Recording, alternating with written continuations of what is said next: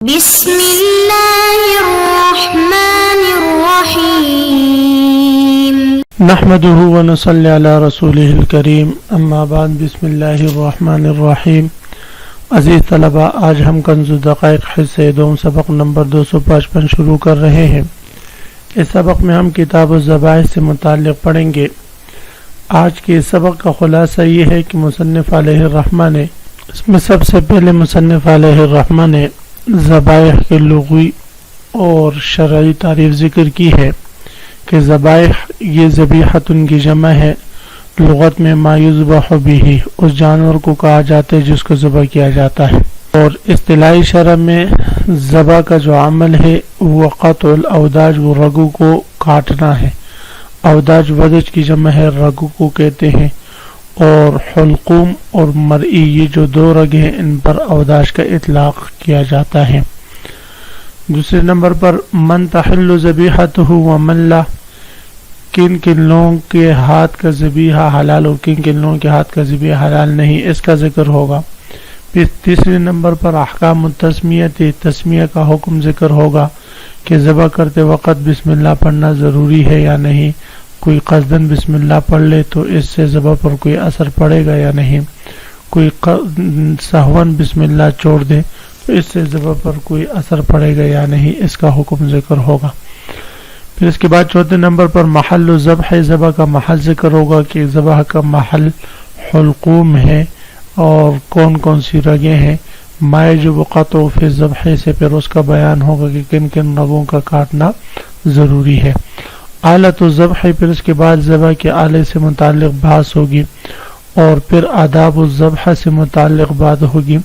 اسی طرح انواع الذبح سے متعلق بات ہوگی جو دو ہیں، ذبح اختیاری اور ذبح اضطراری۔ اور آخر میں زکوٰۃ الجنین، جنین کہتے ہیں اس بچے کو جو ابھی تک جانور کے پیٹ میں ہو، تو اگر جانور کو ذبح کیا جائے اور اس کے پیٹ سے بچہ آئے تو وہ بچہ حلال ہے یا نہیں، اس سے متعلق اس کتاب الذبائح میں تفصیلاً گفتگو ہوگی۔ عزیز طلبہ، تو آتے ہیں کتاب کی طرف۔ سب سے پہلے ہم عبارت پڑھتے ہیں۔ کتاب الذبائح ہی جمع ذبیحۃ وہی اسم لما یذبح، والذبح قطع الاوداج، وحل ذبیحۃ مسلم وكتابي وصبي وامرأة وأخرس وأقلف لا مجوسي ووثني ومرتد ومحرم۔ یہ کتاب ہے کتاب الذبائح۔ اس سے پہلے مصنف علیہ الرحمہ نے کتاب المزارعات کا ذکر فرمایا۔ دونوں کتابوں میں باہم مناسبت یہ ہے کہ مزارعات اور ذبائح دونوں فی الحال اتلاف کے قبیل سے ہیں، یعنی اس میں مال کو تلف کرنا ہوتا ہے، لیکن معالن یہ نفع کے قبیل سے ہے۔ بالفعل اگرچہ اس میں اتلاف مال ہے لیکن بالقوہ یہ نفع دیتے ہیں، اور بالقوہ اس سے پھر منافع حاصل ہوتے ہیں۔ ذبائح یہ جمع ہے ذبیحۃ کی، اور ذبیحہ لغت میں کہتے ہیں اس جانور کو ما یذبح جس کو ذبح کیا جائے۔ ذبح کا رکن هو القطع والجرح، وہ یا تو کاٹنا ہے رگوں کا یا زخمی کرنا ہے۔ ذبح کی شرائط وہ چار ہیں۔ آلۃ قاطعۃ جارحۃ، سب سے پہلی شرط یہ ہے کہ جس آلے سے کاٹا جائے وہ آلہ کاٹنے والی ہو، زخمی کرنے والی ہو، تیز دھار ہو۔ دوسری شرط یہ ہے کہ ذبح کرنے والا جو ذابح ہے اس کی کوئی ملت، کوئی مذہب ہو، مسلمان ہو یا اہل کتاب ہو۔ اور تیسری شرط یہ ہے کہ وہ جانور جس کو ذبح کیا جائے وہ محللات میں سے ہو اور شرعاً وہ حلال ہو۔ چوتھی شرط جو ہے وہ ہے تسمیہ، یعنی ذبح کرتے وقت وہ بسم اللہ پڑھے۔ اور ذبح کا حکم وہ طہارت المذبوح، مذبوح کا پاک ہو جانا ہے اور اس کا کھانا کا حلال ہو جانا ہے۔ اور اسی طرح اس کا اگر کھانا حلال نہ ہو تو پھر اس کے جو کال وغیرہ ہے اس کا پاک ہو جانا وہ پاک ہو جاتا ہے ذبح کرنے سے۔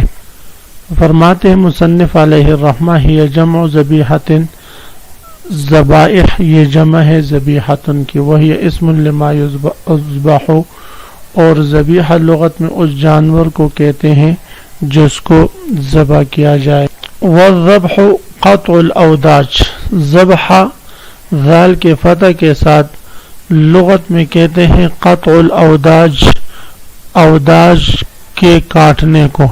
اوداج یہ ودج کی جمع ہے، اور ودج لغت میں رگ کو کہتے ہیں، اور یہاں اس سے مراد عروق الحلقوم، گلے میں جتنے بھی رگیں ہوتی ہیں سب پر اوداج کا اطلاق کیا جاتا ہے، اور یہ 4 مخصوص رگیں مراد ہیں۔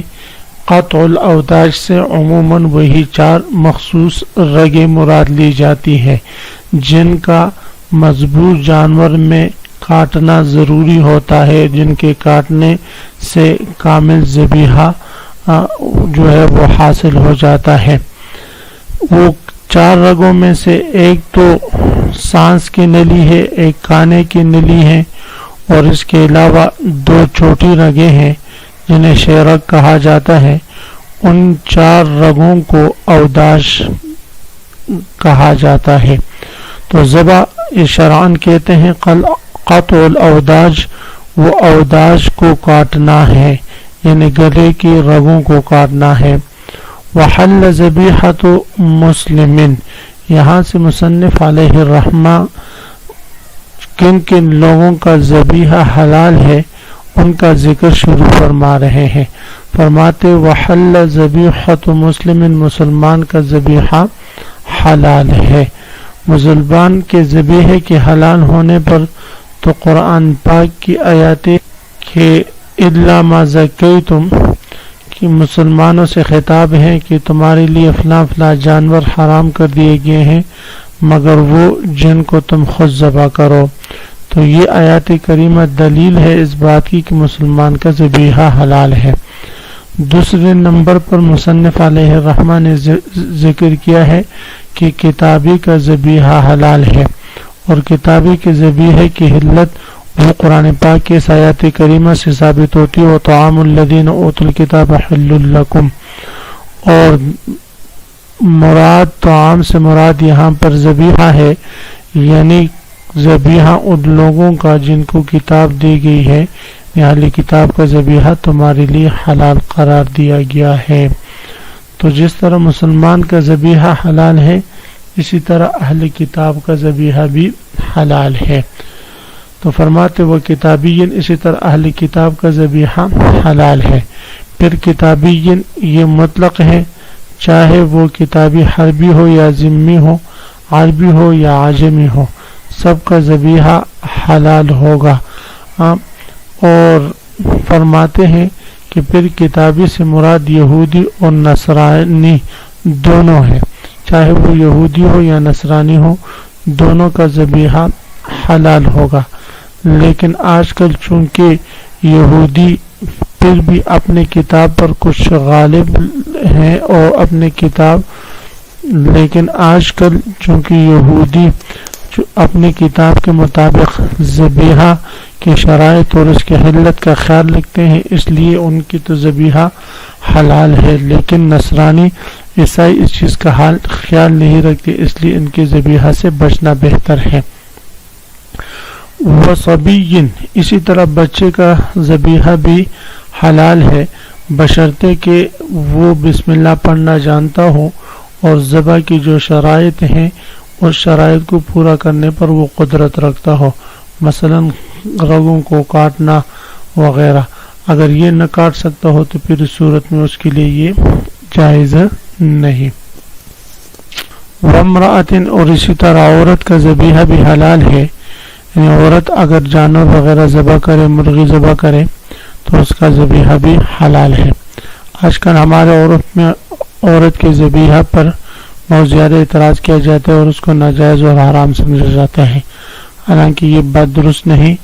عورت بھی مرد کی طرح مسلمہ ہے، اسلام اور کتاب اللہ کو مانتی ہے، لہذا اس کے ہاتھ کا ذبیحہ یہ حلال ہے۔ ذبح کرنے کو نہیں جانتی، ذبح کرنے کے طریقہ نہیں سمجھتی اور غلط ذبح کرتی ہے، ایک رگ کاٹ کر باقی رگوں کو چھوڑ دیتی ہے، تو فرماتے پھر اس صورت میں اس کا ذبح درست نہیں ہوگا۔ ہاں اگر کوئی عورت ایسی ہے کہ جو ذبح کرنے پر قادر ہے، وہ ذبح کرے تو اس کے ہاتھ کا ذبیحہ حلال ہوگا۔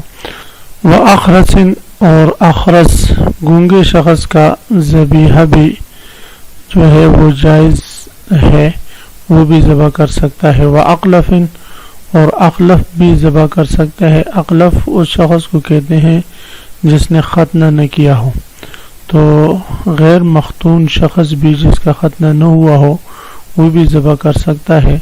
البتہ حضرت عبداللہ ابن عباس رضی اللہ تعالی عنہ ان لوگوں کے ذبیحہ کو مکروہ سمجھتے تھے۔ لا مجوسی اے لا یحل الذبح مجوسی، مجوسی کا ذبح حلال نہیں ہے، اس لیے کہ آپ صلی اللہ علیہ وسلم ارشاد فرماتے ہیں کہ سنوا بہم سنت اہل الکتاب غیر ناکح نسائہم ولا آکل ذبائحہم، کہ ان کے ساتھ اہل کتاب جیسا معاملہ کرو، البتہ ان کی عورتوں سے نکاح نہ کرو اور ان کے ذبیحہ استعمال نہ کرو، ان کا ذبیحہ اس حدیث شریف کی وجہ سے یہ حلال نہیں۔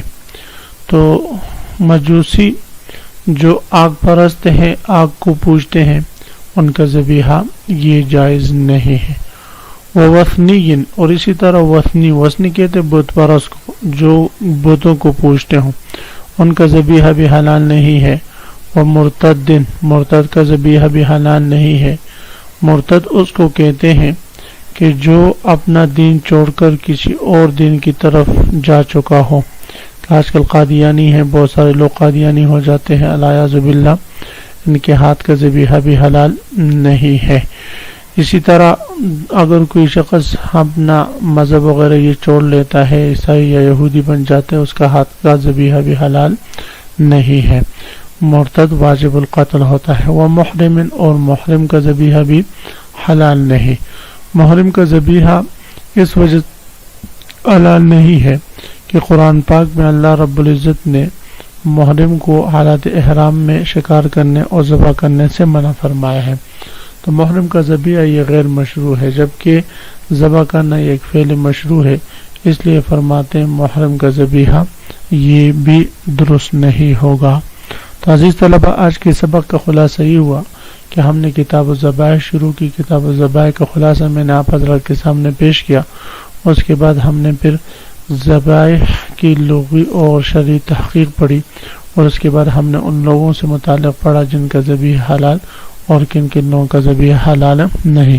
آپ حضرات اس کو خوب غور سے سنے سمجھے۔ اللہ ہم سب کا حامی و ناصر و آمین۔ وآخر دعوانا ان الحمدللہ رب العالمین۔